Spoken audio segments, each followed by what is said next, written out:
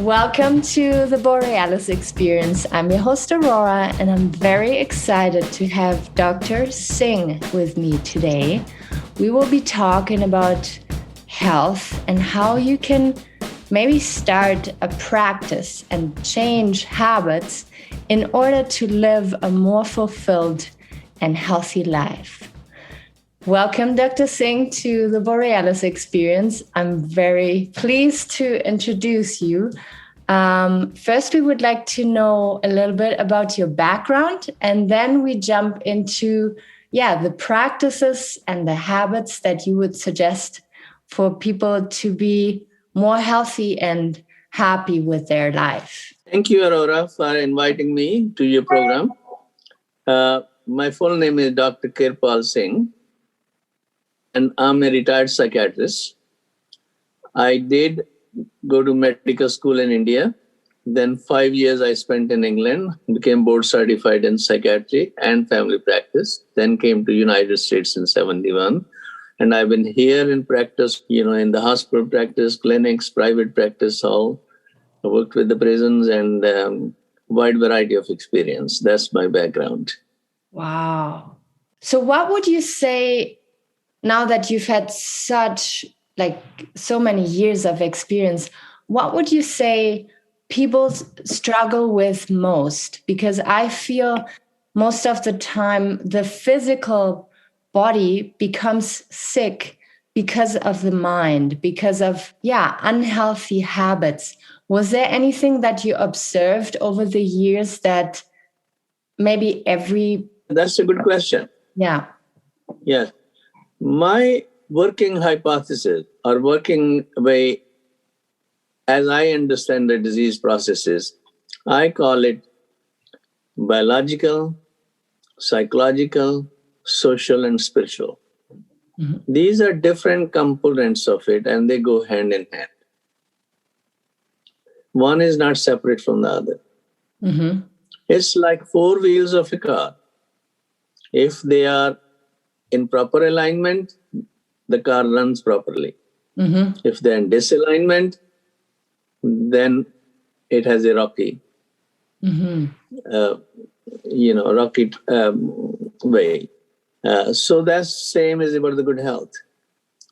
When we approach the good health from those four angles, four dimensions, I think we can have a pleasant, optimistic, and fruitful life. But if any of them is disturbed, we need to fix it politely and encourage people to bring about a change so that they can have their life running smoothly. Mm-hmm.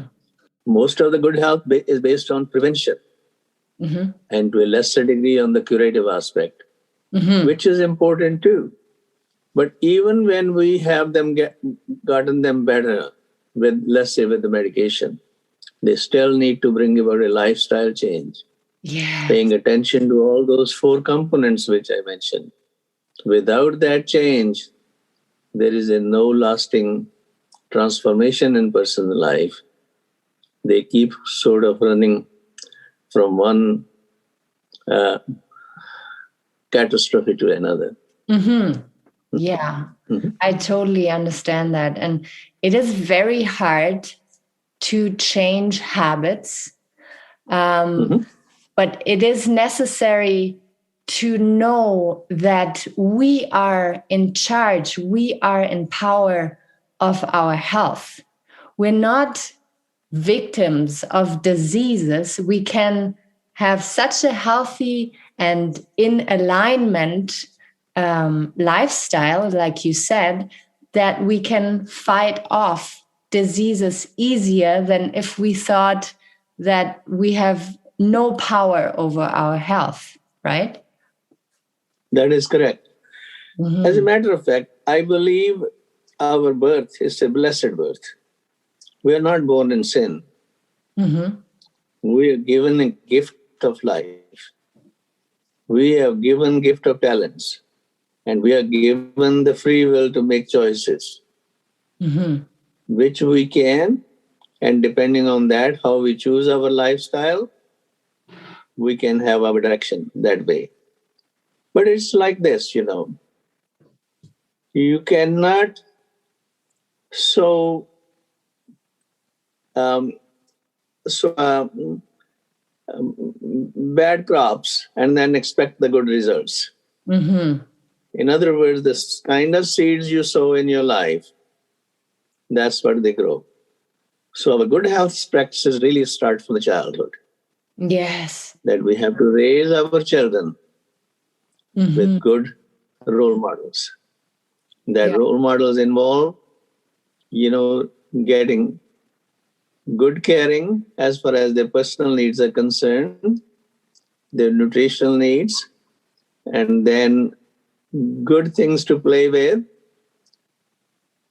and connecting with their nature by looking at, watching how things are going on and enjoying them, and also good spiritual education, in which you learn stories that, the creator, whatever name you want to call it, or even if you don't believe in it, that's fine too. But still, there is something. Call it higher power, call it no power, or whatever. There is something which controls our affairs. And that control is delegated to us in the form of a free will. That is our capacity to choose. So, depending on how we choose, if we made a wrong choice, then what? We can always make another choice. So, making a mistake is not a sin. Making a mistake is not, should not create low self-esteem. Making a mistake does not mean we are no good. It simply means another chance to improve ourselves. That's very beautiful. So as we take advantage of those opportunities, experiment with them, the better we get it. And it becomes then a joyful life instead of the one feeling that I'm no good. Because God created everyone good. God didn't put us in this world to punish us. Because God does not hate us, God does not threaten us, God loves us. And if you don't believe, whatever it is, your belief system or no belief system, still love is. Love is by your parents, love the society, love nature. Look, the free gift of the air, our natural resources, free gift of the water, food we eat, and the ground on which we live provides all kind of amenities for us to live good life. These are the gifts which are given to us naturally, our natural resources. The more we examine them, more we relate to them, and more we use them, the better we get at it. And they all becomes an aid to our joyful life. Yes. So beautifully said. And I totally agree and see and feel that this is the right path to healing. You said you worked with people also in prison and people who, went on the wrong path, so to say. And maybe people even who struggle with addiction, if we can share with them that this is where you have to come back to. You have to come back to nurturing food, to the source of water, fresh air, appreciating nature, then you can go back onto your right path. And how do you address, because you talked about forgiveness, how do you help people to forgive themselves and to help train their mind to work for them instead of against them? Good point. I think forgiveness is the key. If we really believe that we love another person, we believe that We are all kits and kins by virtue of being members of the same species. And if we really believe that we are all children of the same God, or no God, if you want to call it, that we all have the equal rights, then I think we have also to understand we have the equal rights to make mistakes too. Mm-hmm. Like we have the equal rights to be able to succeed. Mm-hmm. So all that process is by hit and trial. Mm-hmm. And we need not keep the vengeance in us. But on the other hand, remember, anyone trying to do things honestly and properly and appropriately can do mistakes. Mm-hmm. And if they have done, they deserve to be forgiven. Like if I was to do a mistake, I want to be forgiven too, so that we can move on. Mm-hmm. The loss of energy and not forgiving. Yes. And keep brooding about in anger, or that simply leads to more hurt to ourselves, not to the other person. Yes. And that's like more we brood, the more we become anxious, more we become negative, and we may become more paranoid about this is happening, that bullying and all.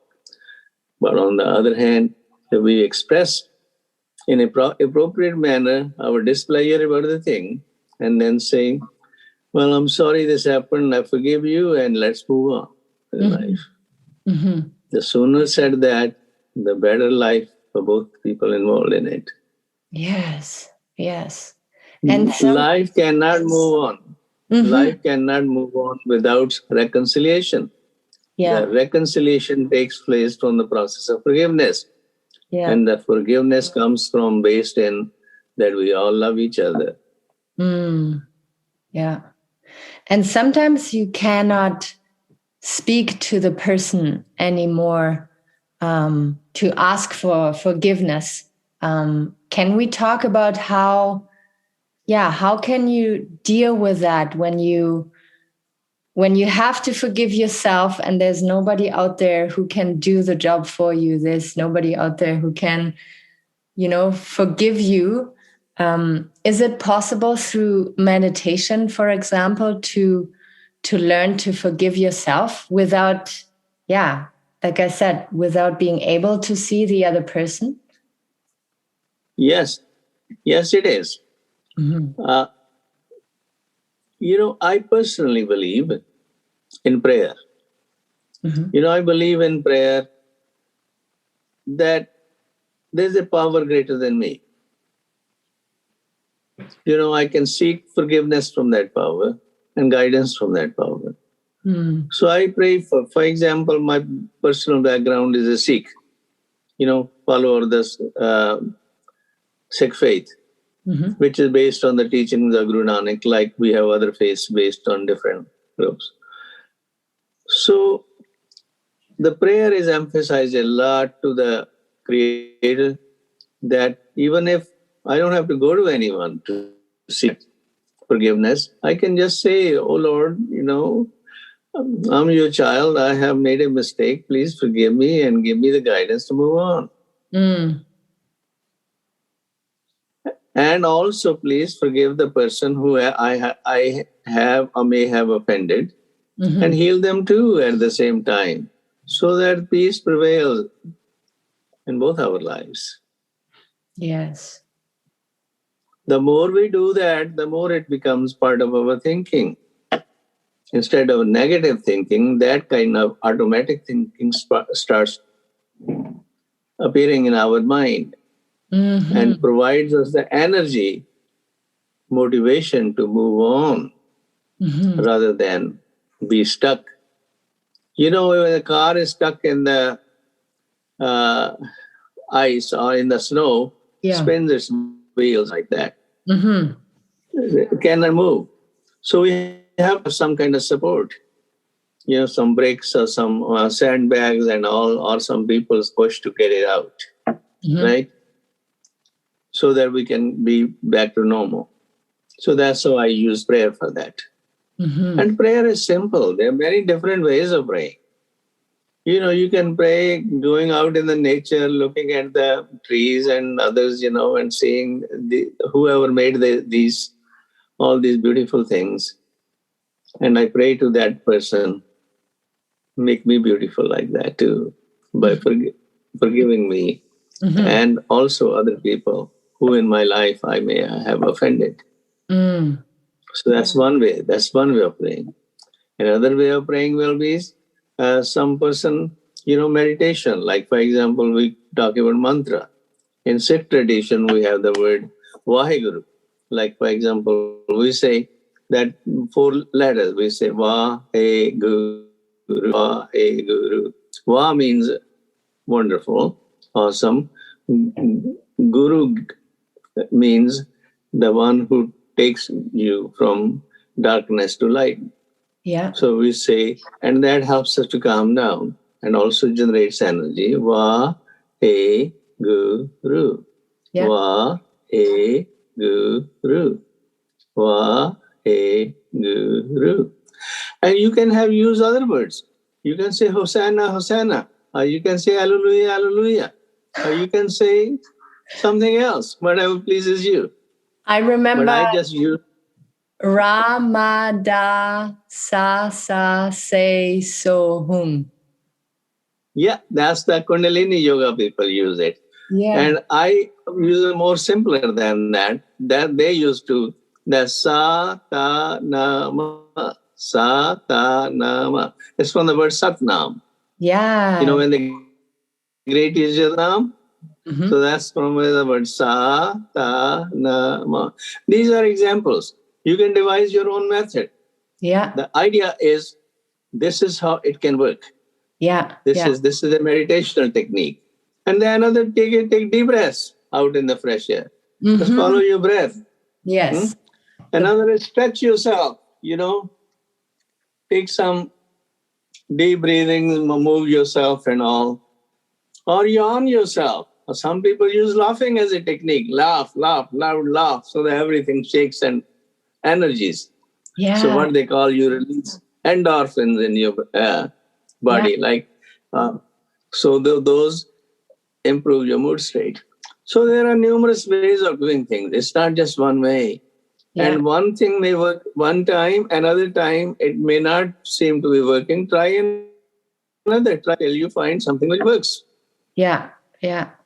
Did I understand right that in praying and using meditation, in stretching and moving your body, you use your mind as a tool to guide you wherever you want to go, instead of your mind using you and misguiding you, maybe? Like, you are training your mind like a muscle. You're training your mind with new thoughts, I feel like when we do the Waheguru, it's, I don't necessarily have to understand what it means, but the sound is very healing already. Right? Yes, that's right. So the whole idea is programming yourself more positively. Exactly. And that's the whole idea. Yeah. Because it's, like, for example, when as in the hospitals or outpatient, when I treated with a team with a depression or anxiety disorder or some other serious disorder, I have them do their assessments, like nurse to do nursing assessment, psychologist do psychological assessment, vocational rehab to do the vocational assessment, and I will do the psychiatric assessment, and then family, social worker do family assessment. Then I will ask them, during your process, I not only need information on their background, their assessment. Along with that, I also need the list of assets, what they see in the particular patient, not liabilities. Liabilities, I say, they're everywhere, all the time. Assets. Lots of time people could not come with many assets, and they will come with liabilities. Oh, this dysfunctional family, this doesn't know, they doesn't have educate this. I said, look, I didn't ask you liabilities. I asked you assets. The assets Yes. I said, well, I don't know. There are no assets over here. I said, yes, there are. I said, look, his eyes or her eyes are working. Ears Yes. can smell, can feel, you know, the high school education, they can read and write. There's some hobbies they can learn. All Yeah. those are assets, right? And Yeah. let's try to make use of those assets. Help them, encourage them to learn some cooking, something um, to cook so that they can have independent existence, they can feed themselves. Teach them how to pray. Don't pray for them, but teach them how to pray, constructive prayer. They can learn, they can read and write. And give them a book like Chicken Soup for Soul or Positive Thinking or some other. They can read an article. And we can discuss with them. Teach them some exercise which will make them feel better, improve their circulation. Yes. And help them encourage deep breathing. So all those things they can learn. Yes. They'll all provide them the spiritual, physical, mental tools to conduct themselves better, feel better, and move on in life. Yeah. So all these are assets. Yeah. They'll be surprised. People will be surprised where I am coming from, all those things. Huh? Yeah. Otherwise, they'll say, oh, that dysfunctional family, there's not much you can do. That's the way it is. I said, no, that's not why that person is here with us. The person is here with us for a purpose, and our job is to try to dig to create positivity.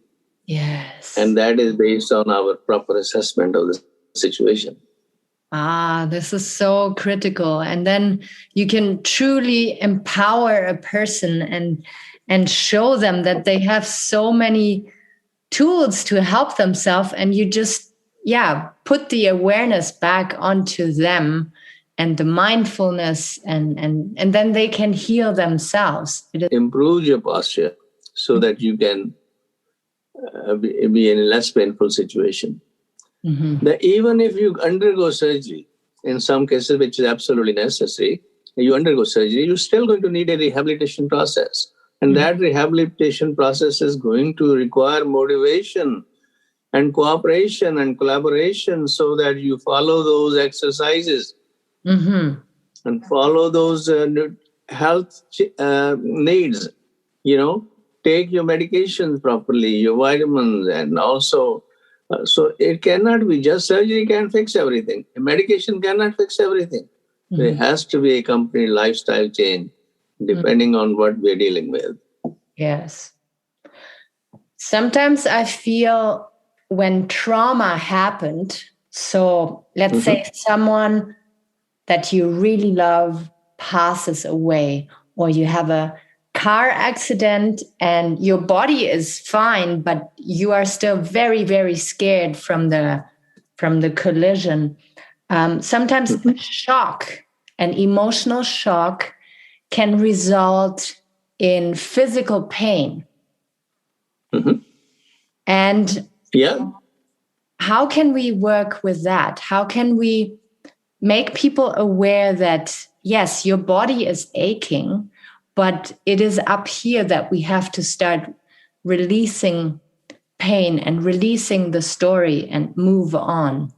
Is there any more techniques than meditation and prayer? Yes. First of all, you need in those kind of situations, especially when they're severe, you need a therapist. You can develop confidence and listen who will sort of guide you through the traumatic process, healing process. Like, for example, most important to start with is ventilation of the feeling, pain, and talking about what happened and how threatening it was and how you miss a person who disappeared from your life or the accident. Or after you are done that for a little while, then you come to grips with the situation. Now it is going to be there. It is painful, but we have to move on to change the life. And that movement is going to need learning how to prevent an accident again. Like let's say someone was looking at a cell phone while going through the car when it became into an accident. So the lesson is the cell phone anymore that way. Or stop the car before you do the cell phone. The same way that in other kind of situation where like a person has another loss, let's say they lost the job, they have to look at what could possibly the reasons for losing the job.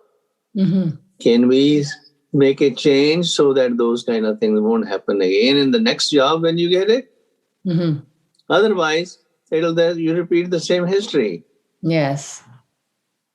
Yeah. So one has to look at, not just hop from one situation to another, thinking that there will be some sort of quick healing take place. It just doesn't take place that way. You have to figure out, you have to spend some time honestly looking at what went wrong and now how to prevent it, not for them to happening again. Yes. Sometimes you need an assistance of initially a friend who may be able to help you. If that's not enough, because not everyone has all the time, then you need a therapist. You can also use a self-help book. You can go to the Barnes and Nobles, stores and find a book which will resonate with you. Use those things. Or you can do an internet research for those. Or there are internet groups right on the available dealing with these kind of issues too. So there are many things available, but one has to look first, has to figure out what they need before they can go on to actually identifying. Yeah, and they can trust that they can help themselves. Like sometimes people are always searching for external help and crutches, and sometimes you need to ask for help, but at the same time, you have to trust that you can help yourself as well. You mentioned cell phone. Technology is the last point I want to address with you, because I watched a beautiful video the other day about a man talking about technology is not a bad thing. It is awesome. No, not at all. It is such a good tool. It is the way we use it, the compulsiveness that really, makes us sick in our mind, because we become so addicted to these things here. If somebody who's listening now feels like, there's lots of compulsion when it comes to their phone and social media, what would you advise them to do to free themselves again from that addiction? Well, there's several things people can do. First thing is that they have to be aware that this is their problem. Yes. Okay. Now, once they know that is their problem, they can leave the cell phone in the room and go out on the beach. This is just an example. Walk around without it. Yeah. Because life was going on even before the cell phone came into existence. Yeah. And then after they are home, then now they can go to the cell phone and all. This is self-discipline. These are called self-discipline techniques. Yes. And then the other thing they can do is they can give their spouse, for example, a friend, the cell phone. Here, you take care of it. I will, don't give it to me unless absolutely necessary. That's again part of the self-discipline. Another thing is they have to develop some hobbies they like. For all the reason why they're sticking to cell phone is because their life is empty, their time is empty, and they don't know really where to go. So once cell phone is away, there is a panic because they lost the support. They lost the support. Yes. So to experience that sort of situation and trying to divert your energy into different areas, that's how you create a more wholesome and pleasant life and less dependent on one thing. Yes. Yeah. And this is how you also create resilience, right? Like I feel a lot of people use their cell phone because they feel a connection with their people. They see people approve of their pictures and little videos they post. But you also can find that out in nature, and you can find it when you meet people one on one, and to just have that balance again, and not that intense addiction from one little tool, right? That's Exactly. The happiness lies in moderation. Middle way. It doesn't lie in extremes. Yes. Even eating a very good food in large amount can make you sick. Look at the steering when we drive the car. If you go like this and that, you can get into accident. But you keep on going like this, maintaining the balance and move on. That's what life is. That is such a nice metaphor. That's everybody will understand that one. Think of the steering wheel. This is very yeah. So the road is uneven, and road is, sometimes bumps, sometimes this and that, but you keep your steering wheel and adjusting, going on. Those bumps are normal in life. Ups and downs are normal in life, but we don't get stuck in them. We keep making our way through. Yes. And knowing that you have several anchors in your life, like your friends, your family, but also yourself, to help you in a stressful situation, to have a strong support net, right? That's right. Well, like Aurora, good meal, for example, what's a good meal? People may say, oh, I want a steak. Steak doesn't mean just a piece of steak. You have some potatoes, you have some vegetables, you may have some rice, you may have something else, you may have some condiments, and all those things together make a meal. Yes. Not just a piece of steak. Right. Same way, our life is supported by many things, and we have to be aware of them and use them and as we go along. Yeah. And not just be overly dependent on one thing and forget about everything else. Then that becomes the lopsided development. Yeah. The wholesome or harmonious development requires using all those resources as needed. Our goal is to move on, keep driving on, and we use whatever is necessary as a tool in our life. But we have to learn and provide those tools, make them ready. So we don't know when we may need them. That is so beautiful. Very, very good. If there was 3 things that you would recommend a person that is struggling with anxiety or depression, before we end this episode, I would like you to, give us 3 tools that a person can start from today on to make them feel better.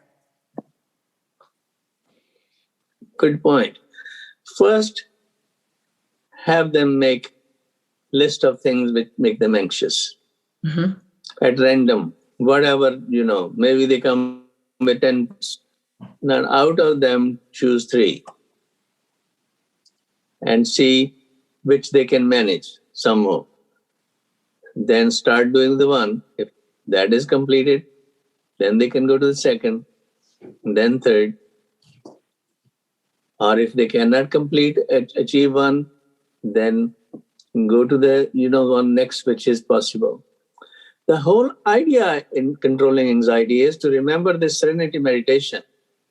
God grant me the serenity to accept things I cannot change. Courage to change the things I can, and wisdom to know the difference. A lot of time people are focusing on things they cannot change. Brooding, worrying, panic because they cannot change. But that's not how we handle life. Put our emphasis on things we can change. As we change those things which are changeable and better, that generates joy. That generates confidence. Mm-hmm. And that confidence is able to overpower and swallow those negative things. Yeah. And many of them take care of themselves. Mm-hmm. So this differentiation, what we can change and what we cannot change, makes a major difference how you will handle the anxiety or depression or any other situation in life. Yes. Once you identify those things which you can change and work towards bringing about a change in those areas, Mm-hmm. your capacity to handle and restructure your life will be substantially improved, leading to calmness, joyfulness, confidence. This is so beautiful. I feel so calm and content right now because I feel, yeah, it all resonates what you do. And it is very simple. We just have to, yeah, take baby steps, very small steps, and do what you said in writing out a list and differentiate between things we can control and things that are out of our control. And then we can, yeah, live a more. Another thing I'll suggest is, in addition to that, find a buddy, who you can discuss and who can help you. Like, let's say you need to go out to walk, but you don't feel like. Call your buddy and say, hey, I should be walking, and let buddies support that time, and alcoholic anonymous and all those kind of things. Yeah. To have somebody, some person who can you when your spirits are a bit down, you don't want to do it, but you know you need to do it. Yes. Yeah. To be accountable. Who can motivate you? Yeah. To have the social support and accountability. And yeah, that makes lots of sense too. And third thing, yes. Keep a journal of your positive accomplishments. Mm. Mm-hmm. And then go over it every now and then to reinforce that positive healing is possible. Mm-hmm. Positive changes are possible. Because when people are really anxious or depressed or otherwise out of sorts, they develop what they call memory loss. Mm-hmm. They cannot everything seem, they develop a tunnel vision. That only way to come out of that tunnel vision is to reconnect things which you have done in the past and been successful. Reviewing them gives you a positive reinforcement and renewed strength to keep on going. Those are the three things I suggest. Yes, like very, very powerful. I will make sure to write them down and put them in the show notes. And then, yeah, maybe also your contact info if there's people out there who want to reach out to you. Thank you from the bottom of my heart to making the time and to sharing your wisdom here today with us. It was so very precious. And yeah, thank you so much. You're most welcome. You're most welcome. My suggestion as far as contacting me will be they'll need to come through you. You can contact, because I am involved in so many things that I do not have to make individual calls. I will make sure that they contact me first and then I forward. Then I will be glad to answer your questions as needed. Wonderful. Thank you so much, Dr. Kirpal Singh. You're welcome. Thank you for asking me to come on your program. And anything else in the future I may help to facilitate, please let me know. Thank you so much. All right. Bye-bye. Bye-bye. Have a blessed day. You too. Well, thank you so much for listening to this episode. I hope we were able to, provide you with some tools that help you out if you feel like being in a funk. Feel free to reach out to me if you have any questions, and I can, make the connection between you and Dr. Kirpal Singh. Make sure to rate and review this podcast. I'm burning to hear your thoughts and to know that I'm doing you good and helping you out in life. And if you haven't yet, subscribe. I will be out there very soon again. Thank you.